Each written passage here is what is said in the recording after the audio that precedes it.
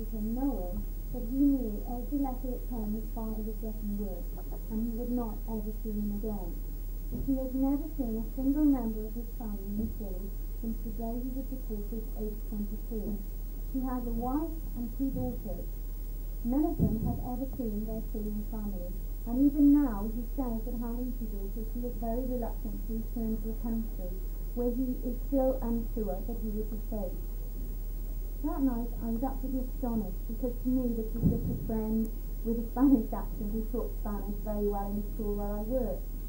But throughout the time I worked in that school, there were various people who came to the school from various countries around the world who had experiences that were equally awful. And the next morning after that interview, my husband and I decided that we would join Amnesty International, and since that time we try and write the odd letter. We try and keep abreast of the information that Amnesty regularly sends us in their monthly magazine.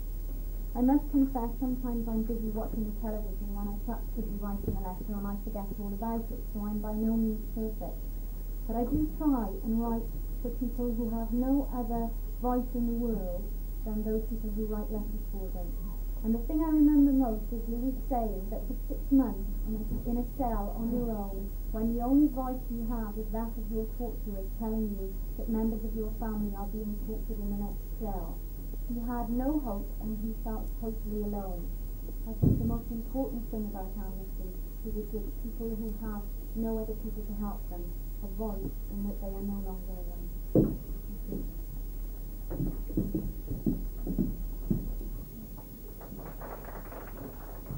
We would like the tortures and killings stopped.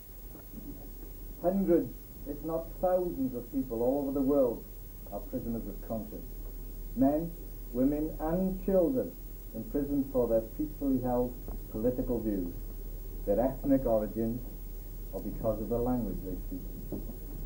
I want the immediate and unconditional release of prisoners of conscience held in over 70 countries.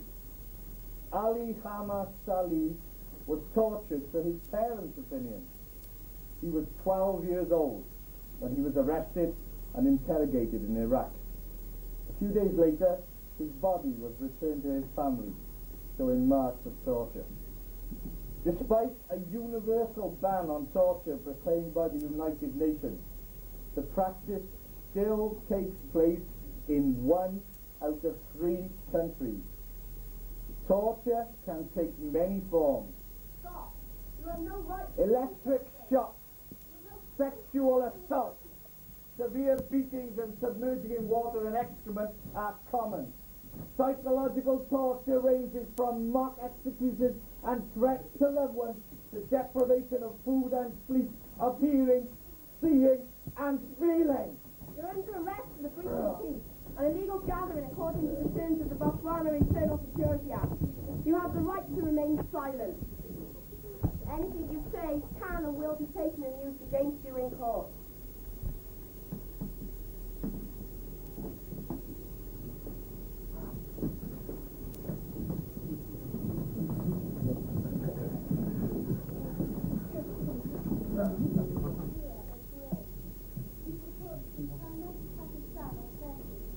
Thousands waiting to die on the death road in the USA, Jamaica, and Japan. But what can I do about it? I'm only one person. I cannot make a difference. In the spring of 1961, a lawyer called Peter Bennington was travelling on a bus in central London reading his newspaper. On the foreign page, one particular story drew his attention. He could hardly believe it. 2 students were having a drink in a cafe in Lisbon. At one point, during their conversation, they raised their glasses and toasted to liberty. For this simple act, they were arrested and imprisoned. What could Peter do about it? He was only one person, and he was not even in the country when it happened. He got off the bus and went to a nearby church to think about it. Finally, he came up with the idea of writing a newspaper article to tell the world that these 2 students were not allowed. So there were just 2 cases of thousands of what he had to concern prisoners of conscience. On the 20th of May 1961, the British newspaper published the article entitled Forgotten Prisoners. The article told of people from all walks of life who have been working passionately and peacefully to raise the faces of men, women and children. The British wrote the world for their important news. The article brought an immediate response from over 1,000 officers' support for the idea of an international campaign to protect human rights. What began as a brief campaign of 1 year called Appeal for Amnesty led to the birth of Amnesty International. 30 years later, Amnesty International continues to campaign for human rights all over the world. Since 1951, Amnesty has worked on behalf of more than 40 different states. Each case may involve one individual or many. Of these cases, over 39 cases have been closed. Amnesty has over 1 million human rights activists over 10 countries. Investigating over 80 cases that are written in the country. 55 countries, 80 discussions and 6 charges trial. Also a Turkey. 92 countries continue to death penalty. This alone cannot convey the suffering of the individuals involved. People like Mohammed Safri suffered in Morocco. He was held for over a year to make Sharjah trial. During that time, he was regularly tortured. When Mohammed was given a trial, it was blatantly unfair. His defense lawyer was not even allowed to talk to him during his trial, nor was he allowed to mention the torture he suffered. Mohammed was sentenced to 30 years in prison. While we sit here today, he sits in a squalid prison cell. His only crime is simply believing that Morocco should have a different prison system. The police are not looking for our kind of killer. They want a brother. After failing to find him, they arrested her in his place. Alcana was taken to 3 headquarters and tortured for 27 days. The people beat him and burned his cigarette. He was threatened with rape and told that his family was also tortured. He did not cooperate. He was held for 3 years, and when he was finally released, Alcana was still unable to talk. After 10 years, the Indian authorities still believed that no one was responsible for his torture. From the moment he was born, life seemed to be against his relative craziness. He was given away by his mother at birth to his aunt. He was an alcoholic and physically and psychologically abused him. At 14, he was diagnosed by the doctors as suffering from paranoid twins, schizophrenia, brain damage, and mental retardation. Even though doctors said he would need long-term hospitalization, he was released from medical care when he was 16, as there were no funds available to continue treatment. At 17, he murdered a police officer who he believed was attacking his brother. For this crime, he was sentenced to death by a jury who knew none of these facts. Unable to afford his own lawyer, the court gave him a lawyer that was obviously inexperienced. Dalton had to wait 13 years on Louisiana death row before being killed. Over that 13-year period, not one but 10 days set his execution before being stayed by the court. On one occasion, his execution was just 8 hours away. Even though the Board of Paroles and Pardons recommended that Dalton's life be spared, the execution eventually went ahead. Early in the morning of May 18, 1991, Dalton was strapped to Louisiana's electric chair and murdered. Before his execution, Dalton said, I'd like to have a chance at life. Live with my mistakes. We all make mistakes in life, some bigger than others. I'd like to give something back to society. I've changed. The whole difference between being 70 and 30. We cannot help Dalton now, but we can help thousands of other victims of human rights abuses. Amnesty is campaigning to stop political imprisonment, torture and executions. It is a battle that must be won. Every country involved with the United Nations agrees not to abuse human rights, yet so many of them do. We must remind them that what they are doing is wrong. Amnesty members have found that their voice will be heard, simply by writing their letter that has the country justice system on the people have an effect on the lives of thousands of victims of human rights abuses. The letters are polite and do not go to politics. They request that those responsible release prisoners of conscience, stop torture and execution. Their effect is regional. For years I was in a tiny cell. My only contact was with my torturers. For 2.5 of those years I did not experience the grasp of human grace. We agree me. My only company was the cough of prison life. The only daylight that entered my cell was a small opening at the top of the stone wall. Great length, I had my hands and feet tied together. On Christmas Eve, the door to my cell opened and the girl tossed in a crumpled piece of paper. I moved as best I could to pick it up. It said simply, Constantino, do not be discouraged. We know you are alive. It was by Monica, and had the Amnesty International candle on it. Those words saved my life and my sanity. It must have been flying through. These are the words of Constantino Coronel, an ex-prisoner of conscience from Paraguay. Please know how grateful I am to you. Mere words seem so inadequate to express what I feel. Without your help, I would not be writing this letter. Instead, I would have been legally murdered in the state death machine. Thank you for helping me to stop that and to caring for one so far away. These are the words of Joe's grandchild. Joe was 2 days away from death on Virginia's death row when his sentence was commuted to life imprisonment. It's nice of you to fill into your home this evening. There's nothing on your front door in the fireplace to live. After some time, the father did not return, so he goes to the door to see what is happening. As you arrive, the father is being hustled into a town by 4 men. What does he do? In this country, could you call the police who would start to search for your father? This story is based on what happened to someone in Chile. She could not call the police because it was the police who were taking her father away. Yet, when she went to the police to ask where her father was being held, they denied all knowledge of him. She never saw her father again. The very people who were meant to be protecting her family were the ones who were abusing her. She had no one to turn except for outside help. International public opinion is not just politics, it also means humanity. You now have 2 choices. You can forget what you said yesterday, or you can add your voice to thousands of human rights activists and Amnesty International. Please do not let many people suffering injustice become forgotten prisoners. Join our campaign.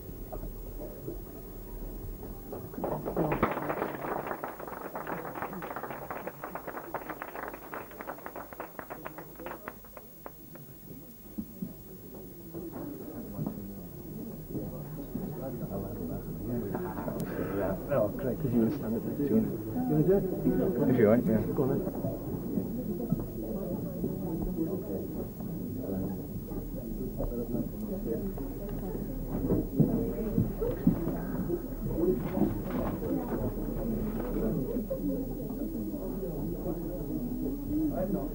Ladies and gentlemen, this is Mr. Mike Doyle, star of Stage, Screen, And Weighing Machine. Aladdin.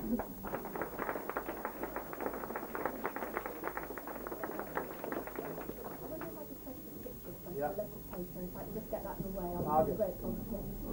Yeah. Could I have the people that were just involved in the drama,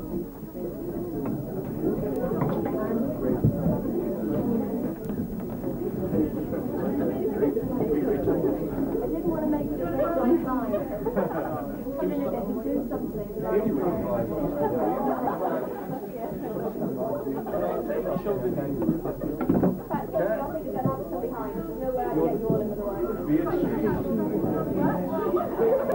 Can you put chairs, please?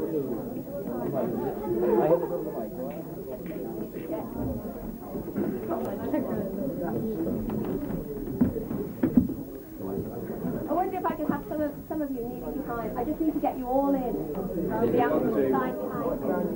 Reach. Yeah, all sit up. Instead of sitting down behind, I'm not going to see you at all.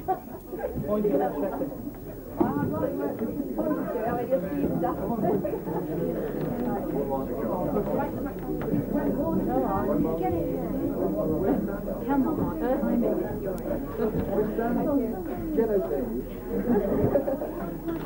Thank you.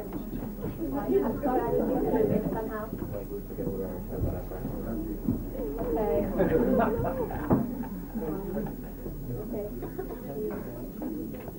Right, and don't leave smiles there. The lady behind you. That's it. That's right. One more. Just line. You're determined to be hidden. Show busy. Thank you. Thank you.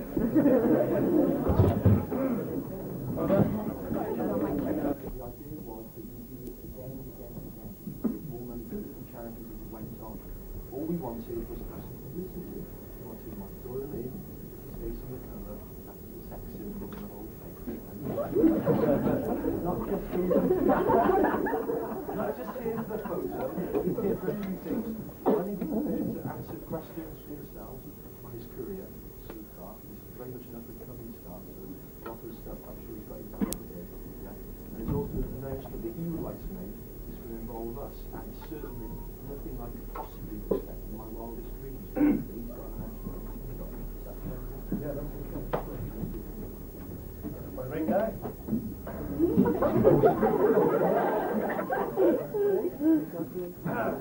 Questions? My shape and your shape. I think you could really come to the sex symbol. I don't know. Well, hello everybody. Yeah, Mike Doyle. Who's he? I don't know. I pint of milk and said, oh, do you mind coming along to a burger? But thanks for your And I remember being, what's your age group? How old are you? 17, 18. I just didn't take anything seriously when I was that age. I think at all. Like, and it's just so wonderful that you have taken this seriously. And I'd like to put something to you. There's obviously a lot of talented people in this school.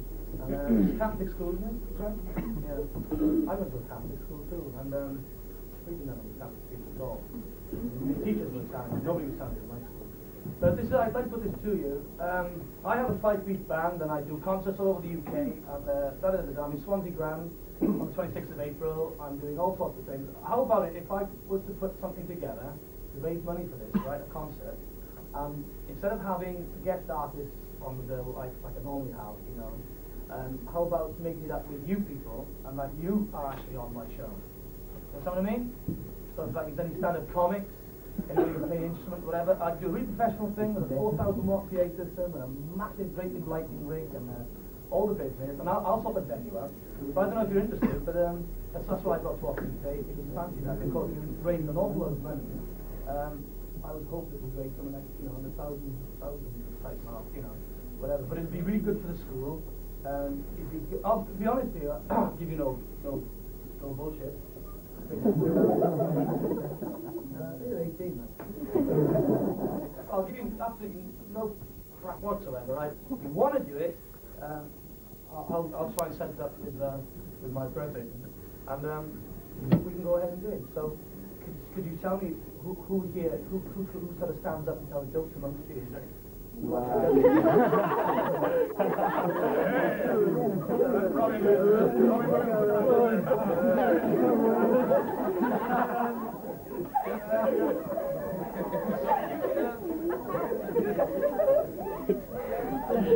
I hope that's part of your act. I hope you're not going to do that for yourself.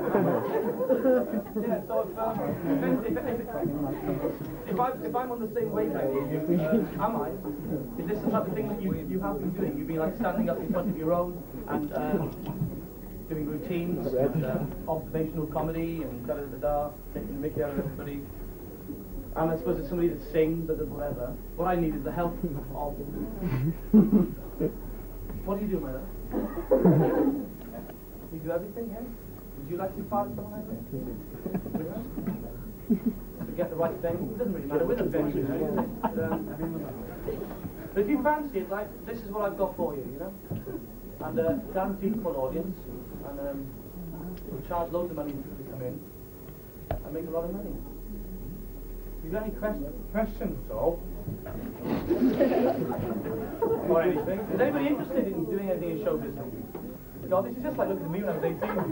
It's incredible. Well, yeah. You got a question? You like to do show business? You like to be in show business? Doing what? Singing? Singing and acting.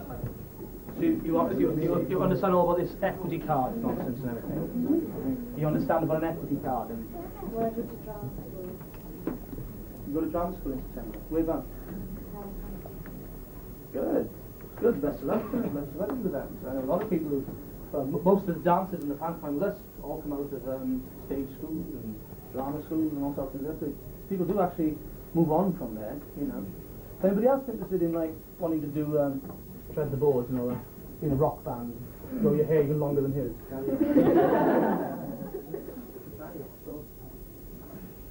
Hey, lighten up, you guys, you know? There's a young man back there who's got interviews with drumming colleges and look forward to this year. He's supplied. Which one's that? Young fellow with the hair. Yeah? You actually play, yeah? Yeah, after about 5 years. I got no audition in the only third college in this country, and if I don't go in there, I got 3 in America. Hollywood? Two of them, one. Pitt? Two of them Is it Pitt? Hollywood, and one in the other. What's one in Hollywood? Is it called Pitt, isn't it? Yeah. That's the one. A friend of mine's just actually left there. She's now 19, and she's been taught. No, what the hell? She was taught by the guy, the drummer from Jethro Tull, and a few. They got some really big names teaching the kids out there, you know. And like she really is hot now. and I believe she's going to go into a major band that's been put together now, and she's going to become a well-known face, and she's 19 or 20 years old now, so that's really good. You really get stuck in that. Do you read music? Yeah. Very important, very, very important to be able to read and to feel. Can you get down? You've got to get down, right? You've got to get down, otherwise you end up in a dance band with Sid Lawrence or something, yeah. Yeah, that's great. Yeah? How's it getting the show business? Well, we're waiting for like 20 minutes before you say that. How's it getting the show business? Basically, because I'm a bit ashamed of this, really. I didn't try any exams. I failed an 11 plus. Oh, there was an exam a few years ago called an 11 plus, and that whether you passed that, you went to grammar school, you didn't, you went to secondary modern. I went to secondary modern, and I didn't have any A levels, O levels, or C's, G's, whatever you call them, I don't know. Absolutely nothing whatsoever. But I was always able to sing, and I got just what you're doing. Got a band and everything together, you know, 4 of us, and we had a job in a pub. We got £8 between the 5 of us, which we spent on a curry on the way home, and by the time I was 16, 17, I was touring all over the UK with this band, and we had this guy who ripped us off. He was called our personal manager, and he basically ripped us all off, but we didn't know because we thought it was great, like. And we used to write on tour on the back of the van in the dust and things like that, and we thought it was really great to be on the road and everything, but it's the best training I ever had. So I was actually serving an apprenticeship, and I didn't even know I was doing it. You know, and everything just builds from there, because every time you do a show, right, there's always somebody who said, oh, I'm looking for something, blah, blah, blah, are you available, blah, blah, blah, then you do that, and say, oh, well, you know, and then you invite people to see you, before you know it, things do pinball, you know, but you just have to keep sticking at it. It's no good because you have a bad night one night, oh, well, this is a lot of crap, I'm not going to do this anymore, and blah, blah, blah. Those are losers, you know. The entertainment game is very, very hard. It's very, very hard indeed. You have to take the rough, the smooth, and enjoy everything about it, you know. But of course, not everyone in this room is going to be cut out for it. There's going to be 1 or 2 of you, possibly, or 3.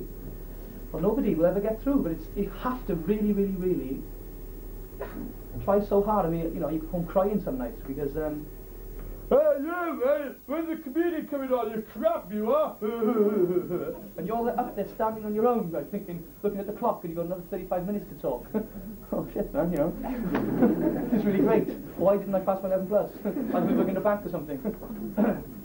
So, it's a really, really tough business, but get stuck into it. You really get stuck into it. And for girls, it's, without wanting to sound sexist or anything, but for girls, nowadays, to be a solo singer, at the moment, man, it's really tough. But if you've got it there, more than anywhere, right there, you might do something, you know. I wish you every success. Every success in the whole world. Anyone else here? Anyone else with questions? Yes. How did you get into pantomime? Could you run around a bit? How did you get into pantomime? How did you get into pantomime? Yeah.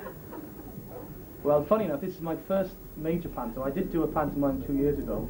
This is my first major pantomime, and basically I'm now with a very big management in London who look after, my manager looks after Jim Davidson, he looks after Hayden Pace, and various other people. And to be honest with you, I'm very, very lucky, because if it wasn't from a manager, I wouldn't know how to get into that. So I've had to work all my way up to find this management. Well, they found me actually, and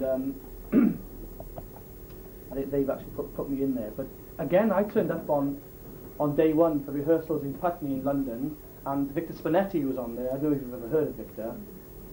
If you buy any Beatles films, the Beatles, they were a group of about the Beatles, and he's in all the Beatles films and stuff like that. This guy is really a real outrageous person, and I turned up on day 1, and he was there doing his script, and it's day 1, and he's off the book, you know, just saying his script.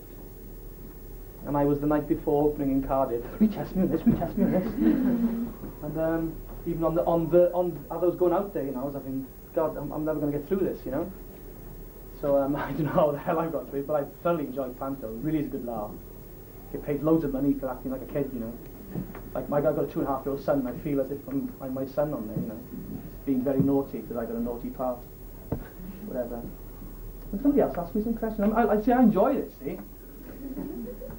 And you do.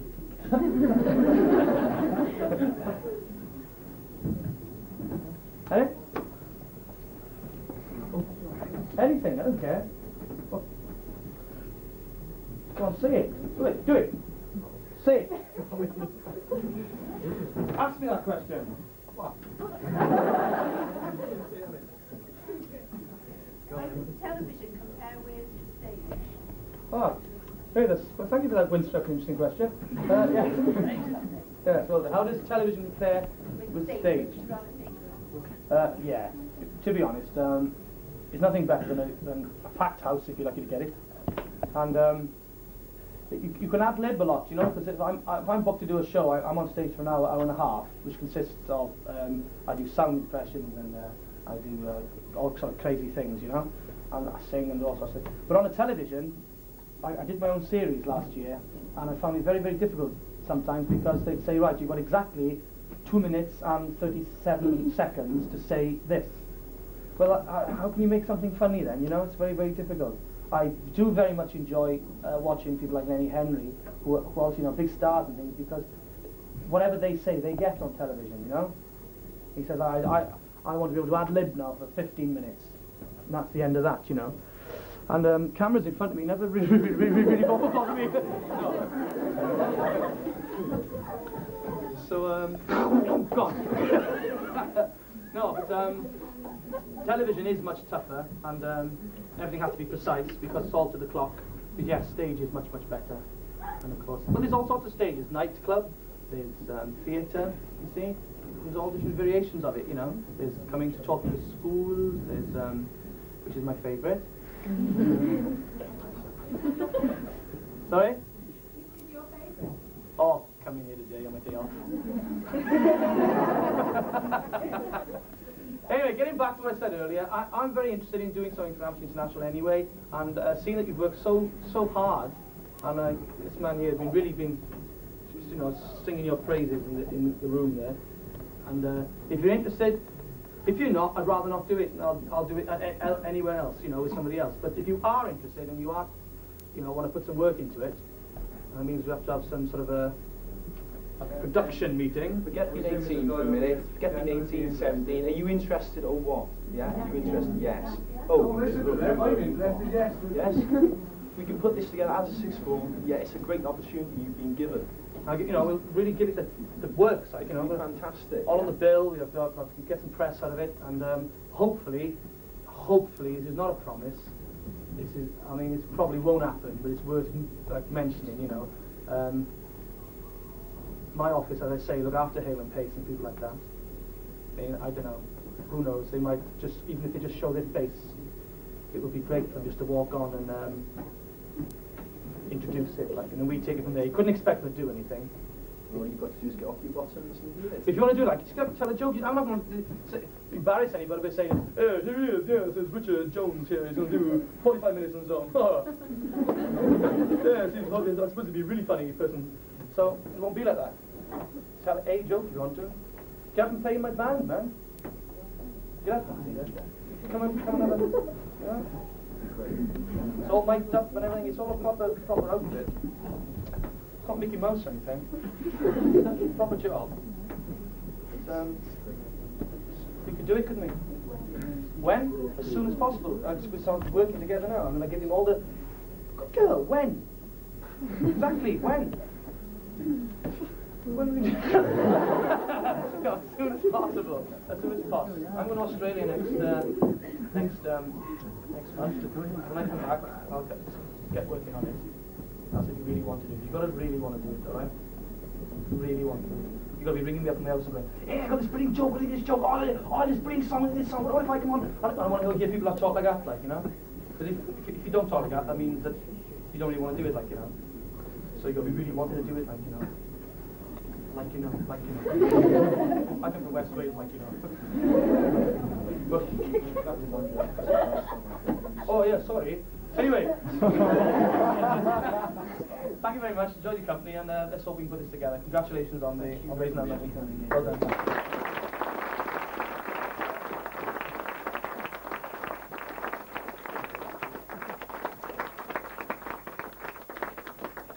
Thank you very much for coming along and giving up your lunch hours and giving up your time again. But that's saying to go by, you've got a lot more time to give up in the future. Yeah? So think about it seriously. I'll come into your assembly on Friday and you tell me by then but you want to do this.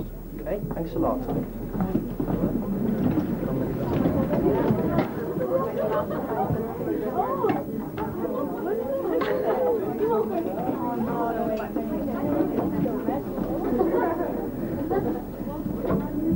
Andy. No. That's it. Better not keep it. Still on.